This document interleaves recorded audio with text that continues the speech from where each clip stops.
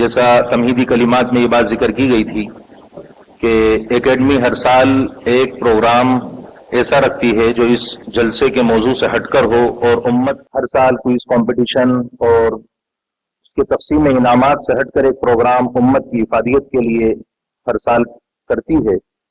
اس مرتبہ مستورات کے لیے نسوانی امراض اور خاص طور سے عورتوں کے کینسر سے متعلق آگاہی اور تحفظ کے مختلف طریقوں پر گفتگو کرنے کے لیے اسی شہر کی ایک ماہ ناز خاتون ڈاکٹر سبوئی قریشی صاحبہ، جنہوں نے یہیں MGM میں تعلیم حاصل کی ہے اور اس کے بعد مختلف بڑے اداروں اور ان کی خدمت میں ہدیہ تہنیت پیش کرتے ہیں، اور انہیں بلند اقبال، اللہ رب العزت انہیں بلند اقبال عطا فرمائے۔ گزارش کرتے ہیں ڈاکٹر سبوئی صاحبہ سے کہ پنڈال میں، عورتوں کے پنڈال میں وہ اپنا خطاب پیش فرمائیں۔ خواتین سے بہت ادب سے گزارش ہے، بچوں کو اب تک جیسے خاموش رکھا اسی طرح بچوں کو تھوڑا خاموش رکھیں اور خطاب بغور سماعت فرمائیں۔ نحمدہ ونصلی علی رسولہ الکریم، اما بعد، اعوذ باللہ من الشیطان الرجیم، بسم اللہ الرحمن الرحیم۔ السلام علیکم ورحمۃ اللہ وبرکاتہ۔ معزز مہمان مولانا اشفاق الرحمان صاحب، عبدالحفیظ صاحب، قاضی عبدالرحمان صاحب فاروقی اور مفتی جنید صاحب جو کہ صدارت کرتے ہیں سلمان فارسی اکیڈمی کی، میرے لیے بہت خوشی کا موقع ہے کہ مجھے اس پروگرام میں شرکت کے لیے بلایا گیا، اور اتنے معزز مہمانوں کے ساتھ اس اہل علم کی جو یہ محفل ہے اس میں ان کے ساتھ سٹیج شیئر کرنے کا مجھے موقع دیا گیا۔ علم کی اس مجلس میں جہاں بچیاں، بچے، ان کے ماں باپ،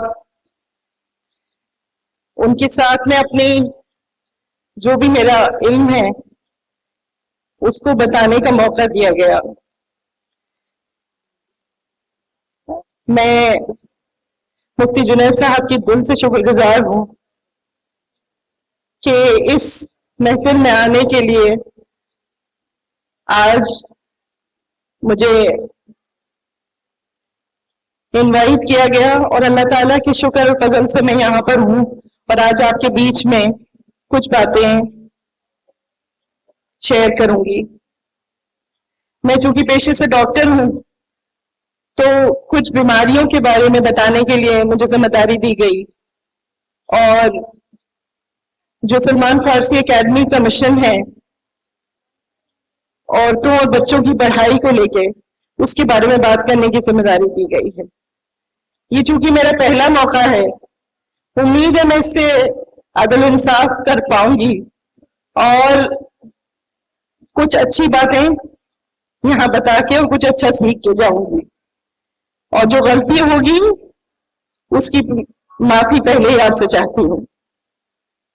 تو سب سے پہلے جو میں بات کروں گی وہ پیشاب کے انفیکشن، UTI جس کو کہتے ہیں، یورینری ٹریکٹ انفیکشن کے بارے میں بات کرنے کے لیے آج شروعات یہاں سے کرتے ہیں۔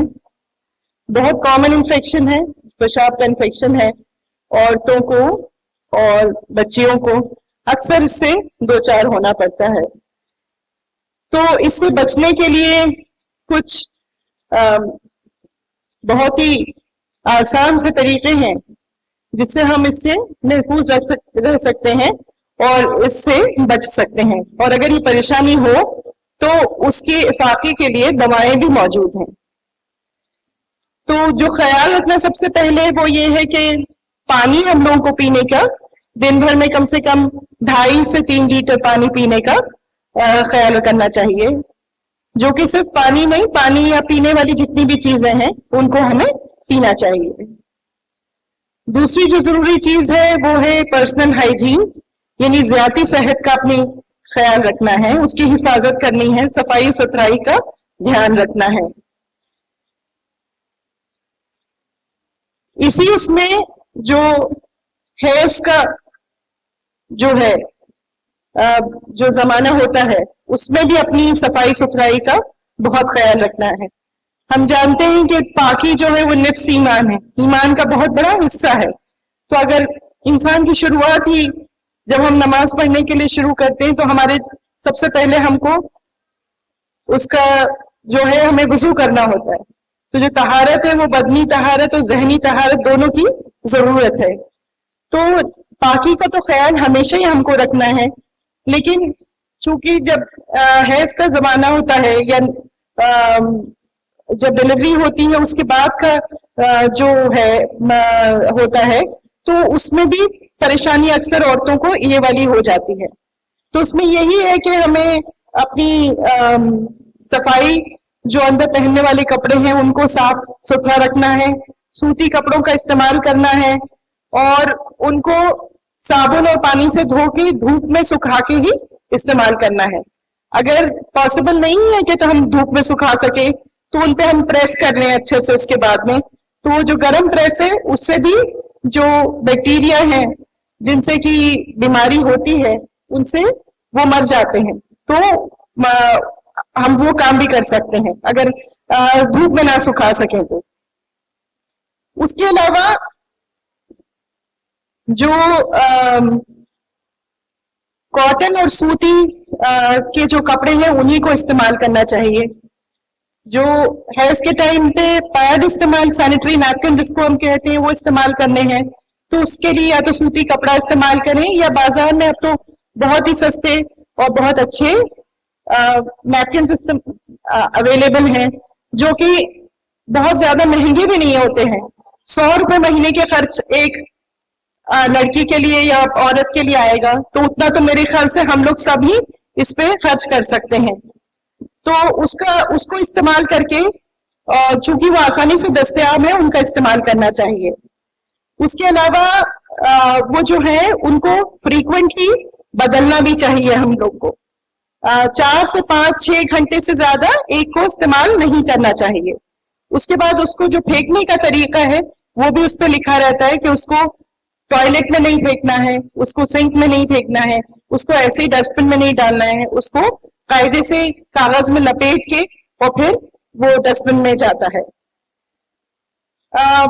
ضروری ہے کہ اس ٹائم پہ بھی اور اس کے علاوہ بھی جب بھی ہم پیشاب یا بیت الخلا جاتے ہیں تو ہم پانی کا استعمال کرتے ہیں.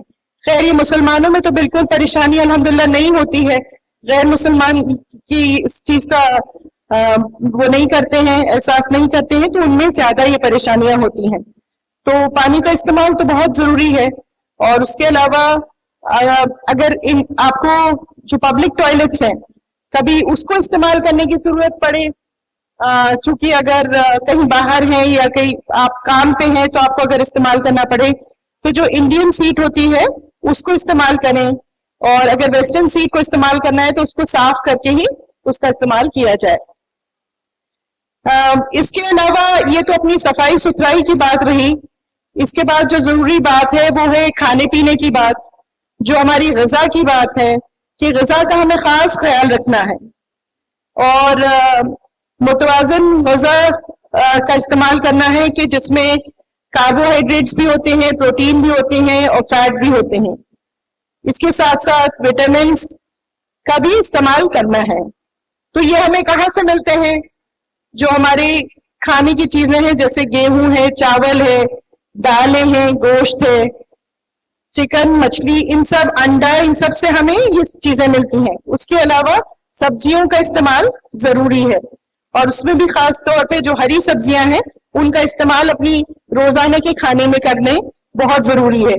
بہت آسانی سے ٹماٹر، کھیرا، پیاز کی چٹنی، آپ کا سلاد تیار ہو جاتا ہے جو کہ اس کو آپ روز کے کھانے میں استعمال کرنے سے اس میں نہ ہی ہمیں غذا ملتی ہے بلکہ فائبر بھی ملتا ہے اور اس سے پیٹ بھی صحیح رہتا ہے. کھانے کے علاوہ ورزش پہ بھی دھیان دینا ہے. اپنے دن کے معمول میں ایک حصہ ورزش کے لیے بنانا بہت ضروری ہے. صرف یہ سوچنا کہ ہم گھر میں بہت چل لیتے ہیں اس سے ورزش ہو جاتی ہے، تو ایسا نہیں ہوتا ہے. کچھ ایک ٹائم آپ اپنے لیے نکالیے جس میں کہ آپ ورزش کریں.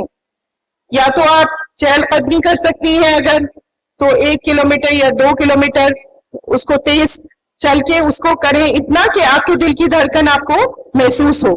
تو اس کو اپنی زندگی میں کسی بھی ٹائپ کی ایکسرسائز کو، ورزش کو لے کے آنا بہت ضروری ہے. تو یہ تو بات رہی جہاں تک یو ٹی آئی کی بات تھی، یعنی پیشاب کے انفیکشن کی بات تھی. اس کے بعد جو دوسری بیماریوں کے بارے میں بات کروں گی، اس میں آپ نے سنا ہوگا کہ کینسر آج کل ہم لوگ بہت عام طریقے سے اپنے آس پاس، اپنے جاننے والوں میں اور اپنے دوستوں میں، معاشرے میں کامنلی دیکھ رہے ہیں کہ کینسر بہت زیادہ بڑھ گیا ہے. اس میں عورتوں میں عموماً جو 2 کینسرز ہیں، بچے دانی کے منہ کا کینسر جس کو کہ سروائیکل کینسر کہتے ہیں، سروکس یعنی بچے دانی کا جو منہ ہے اس کا کینسر، اور دوسرا جو چھاتی یعنی بریسٹ کینسر ہے. یہ دونوں جو ہیں یہ دونوں سب سے میجر کینسرز ہیں عورتوں میں، اور ان کی وجہ سے ہر 8 منٹ میں ایک عورت کی موت ہو جاتی ہے.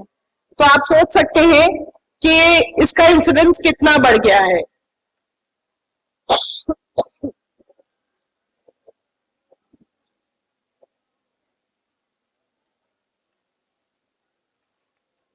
بسم اللہ. تو جو یہ بچے دانی کے منہ کا کینسر ہے، یہ عموماً 30 سال سے 60 سال کی عمر کی عورتوں میں دیکھا جاتا ہے. اس سے بچنے کے لیے ہمارے پاس بہت آسان طریقے موجود ہیں، جس میں کہ 2 چیزیں آتی ہیں. ایک تو ویکسین آتی ہے، اور دوسرا ہے بچے دانی کے منہ سے ٹیسٹ ہوتے ہیں، وہ ٹیسٹ ہوتے ہیں. تو یہ جو 2 ہتھیار ہیں یہ ہمارے لیے بہت ضروری ہے کہ ہم اس بیماری سے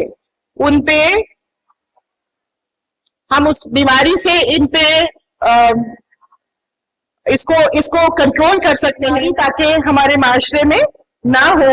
اس کے لیے ان 2 چیزوں کو اپنا کے 2030 تک ہم لوگ کو بچے دانی کے منہ کے کینسر سے چھٹکارا مل سکتا ہے.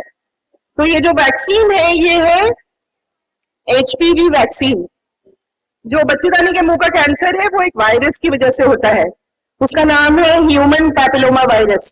اگر آپ نے سنا ہوگا تو آج کل اس ویکسین کے بارے میں بہت بات چیت ہو رہی ہے. اس کو HPV ویکسین کہتے ہیں. اور یہ جو ویکسین ہے یہ 9 سے 19 سال کی بچیوں کو شادی سے پہلے لگایا جاتا ہے، اور یہ لڑکوں میں بھی لگائی جاتی ہے. ہمارے ملک میں نہیں لیکن دوسرے ملکوں میں، کیونکہ یہ صرف بچے دانی کے منہ کے کینسر سے نہیں بچاتا ہے، یہ اس کے علاوہ جو لیٹرین کا نیچے کا راستہ ہوتا ہے اور منہ کے جو کینسرز ہوتے ہیں وہ بھی اسی وائرس کی وجہ سے ہوتے ہیں، اور ان سے بھی بچاؤ ہوتا ہے یہ ویکسین لگانے سے. تو یہ ویکسین کم سے کم ہم ہماری بچیوں کو لگا کے اس بیماری سے بچنا پاسبل ہے، اور اس سے ضرور اس کو لگانا ہے. یہ جو ویکسین ہے یہ جو 9 سے 19 سال کی بچیوں کو لگائی جائے گی، یہ ایک ویکسین کا صرف 1 ڈوز لگایا جاتا ہے، اور یہ 1400 روپے میں اویلیبل ہے. اور یہ سرکاری اداروں میں، اور مجھے اندور کا چونکہ پتہ نہیں ہے لیکن میں یہاں پہ پتہ کر کے آپ کو بتا سکتی ہوں کہ یہ کہاں پر یہ ویکسین اویلیبل ہوگی.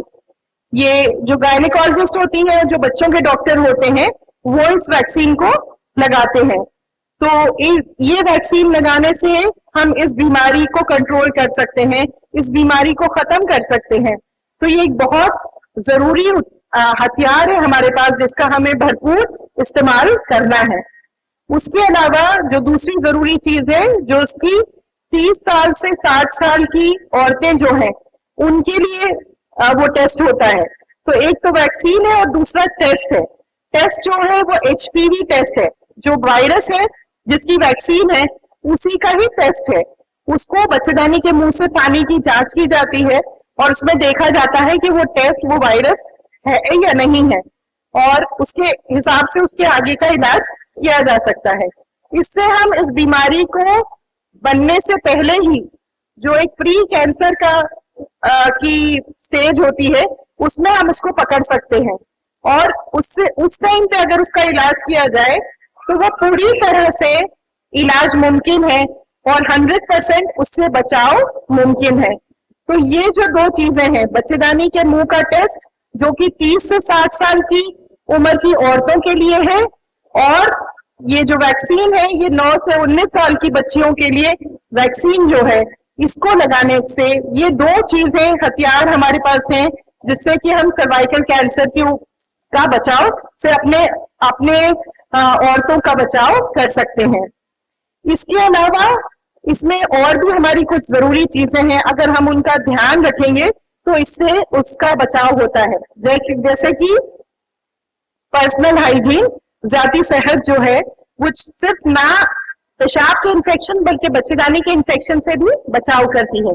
تو اس سے بچاؤ اس کا دھیان رکھ کے ہم لوگ اس سے بھی بچ سکتے ہیں۔ اس کے علاوہ جو جنسی راستہ ہے اور یا جو جنسی رشتہ ہے وہ شریک حیات کے ساتھ ہی اور ایک ہی اس کا کے ساتھ اس کا رشتہ ہونا چاہیے، اور شوہر کا بیوی سے تعلق جو ہے صرف وہی ہونا چاہیے، اور جو جنسی خواہشات ہیں اس کا قرآن سے اور جو ہمارے اسلام سے ہمیں جس کی جو روح ملی ہے، جو بتایا گیا ہے اسی سے اس کو حلال طریقے سے حلال راستے کو اپنائے جائے تو بھی کینسر سے بچنا ممکن ہے۔ وہ اس میں بچاؤ کے لیے اس میں اس کینسر سے بچائے گا۔ اس کے علاوہ معاشرے میں پھیلی بے حیائی اور خرابیاں جو ہیں ان سے بچنا آج کل بہت ضروری ہے، چونکہ آج انٹرنیٹ کا زمانہ ہے، موبائل ہے، ہر بچے کے پاس موبائل ہے، وہ اس میں کیا دیکھتا ہے کیا نہیں دیکھتا ہے۔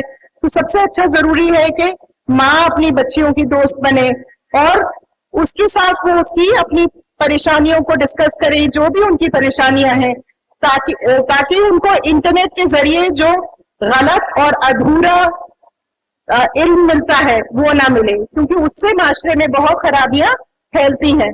تو اس چیز کا ماؤں کی اسپیشل ذمہ داری ہے، تو اس چیز کا دھیان رکھیں۔ تو وہ دھیان تبھی رکھ پائیں گی جب خود وہ اس بارے میں جانکاری رکھتی ہوں گی، تبھی وہ اپنے بچوں کو بھی علم دے سکتی ہیں، اپنی بچیوں کو بھی علم دے سکتی ہیں۔ تو یہ بہت ضروری ہے کہ مائیں اس چیز کو جانیں کہ اس سے کیسے بچا جا سکتا ہے، اس کے لیے اسلام کیا کہتا ہے۔ تو جب ماؤں کو پتا ہوگا تو ہی وہ اپنے بچوں کی تربیت کر سکیں گی۔ تو اس کے علاوہ جو بچے ہیں جو پریگننسی جیسے ہوتی ہے تو 2 پریگننسیز کے بیچ کا جو وقفہ ہے وہ کم سے کم 3 سال کا ہونا چاہیے۔ بہت سارے بچے اور اگر جلدی ہوتے ہیں تو بھی بچے دانی کے منہ کے کینسر کا رسک بڑھ جاتا ہے۔ اس کے علاوہ جو چھاتی کا جو کینسر ہے یعنی بریسٹ کینسر جس کو ہم کہتے ہیں، وہ بھی اس سے بچنے کے لیے بہت آسان طریقے ہیں، جیسے کہ ماں اپنے بچے کو دودھ پلائے۔ تو ہم جانتے ہیں کہ قرآن میں بھی 2 سال کا حکم آیا ہے بچے کو دودھ پلانے کا، ماں کا دودھ پلانے کا، تو وہ اپنا حق پورا کرے۔ اس سے صرف یہ نہیں کہ وہ بچے کے لیے ایک بہترین غذا ہے، لیکن اس کے علاوہ ماں کو بھی اس سے بہت فائدہ ہوتا ہے۔ یہ بریسٹ کینسر سے بچاؤ میں یہ بہت ضروری ہے کہ بریسٹ فیڈنگ یعنی ماں اپنے بچے کو اپنا دودھ پلائے اور 2 سال تک پلائے، تو یہ بہت اچھا ہے اور اس سے بریسٹ کینسر سے بچا جا سکتا ہے۔ اس کے علاوہ جو بریسٹ کی ایگزامینیشن ہوتا ہے یعنی جانچ ہوتی ہے، آپ اپنے ہاتھ سے خود اس کی بریسٹ کی اپنے چھاتی کی جانچ کر سکتے ہیں، اور یہ بھی یوٹیوب میں طریقے اس کے موجود ہیں۔ جو 30 سال سے اوپر کی عورتیں ہیں وہ اس کو ہر مہینے 1 دن باندھ لیں اپنے ماہواری کے بعد، حیض کے بعد کا ٹائم، کہ 1 دن ہمیں اپنی بریسٹ کی کو جانچنا ہے۔ کیسے جانچنا ہے اس کے ویڈیوز یوٹیوب پر موجود ہے، آپ اس کو دیکھ کے اس کو سمجھ سکتے ہیں، اور میں بھی اس کو سمجھا سکتی ہوں۔ آج اس موقع پہ تو نہیں، لیکن میں اس کا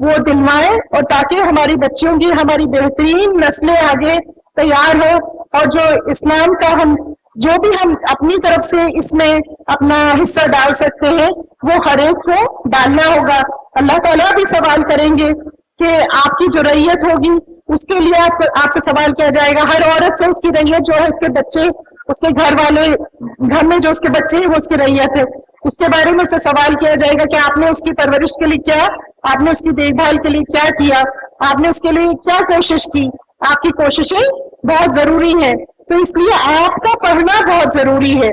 میں اپنے بارے میں بتاتی ہوں کہ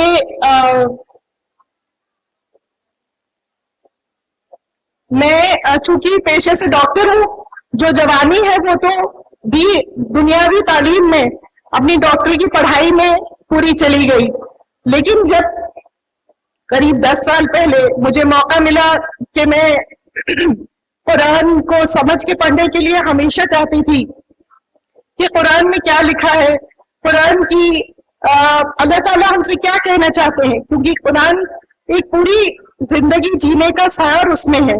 یہ بہت سنتے تھے لیکن سمجھ میں ہی نہیں آتا تھا کہ کیا پڑھتے ہیں، تو اس کو سمجھنے کے لیے میں نے جستجو جو رہی وہ 10 سال پہلے میری پوری ہوئی، اور میں نے ایک ڈیٹیل کورس کیا الحمدللہ۔ پھر اس کے بعد میں اللہ تعالیٰ نے میرے لیے جیسے راستے کھول دیے، آسانی کر دی۔ میرے کام میں جو مجھے وقت نہیں ملتا تھا تو مجھے ایسا کام کرنے کی ذمہ داری ملی جس میں مجھے قرآن کو اور اپنے دین کی تعلیم لینے میں مجھے آسانی ہو گئی، میری مدد ہو گئی۔ تو الحمدللہ اگر انسان چاہتا ہے تو اللہ کی مدد ضرور آتی ہے۔ ہمیں یہ ضرور دھیان رکھنا ہے کہ جو پہلا قدم ہے وہ آپ ہی کو لینا ہوگا۔ آپ ایک قدم لیں گے تو اللہ تعالیٰ آپ کی طرف دوڑتے ہوئے آتے ہیں، آپ 10 قدم لیتے ہیں تو اللہ تعالیٰ آپ کی طرف بھاگتے ہوئے دوڑتے ہوئے آتے ہیں۔ تو اس لیے پہلا قدم آپ کو لینا ہے، اور یہ سمجھ لیجئے کہ جو قرآن ہے اگر اس کی روشنی میں اس کو سمجھ کے پڑھنے میں اگر ہم کریں گے تو ہماری زندگی ہم کامیاب کریں گے، صرف دین کی نہیں، دنیاوی زندگی کی کامیابی کے لیے بھی قرآن کا علم بہت ضروری ہے۔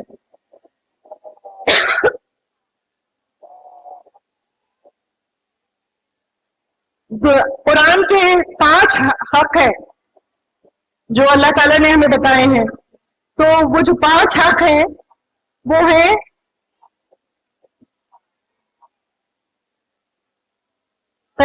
اگر قرآن پڑھا جا رہا ہے تو اسے غور سے سننا، اس کی تلاوت کرنا، اس کا حفظ کرنا، اور اس پہ تدبر کرنا، یہ غور و فکر کرنا، اور 5واں اس پہ عمل کرنا۔ تو آپ عمل کیسے کریں گے جب آپ کو پتہ ہی نہیں ہوگا کہ اس میں لکھا کیا ہے؟ تو اس لیے جو قرآن کی تعلیم ہے وہ بہت زیادہ ضروری ہے، اور میں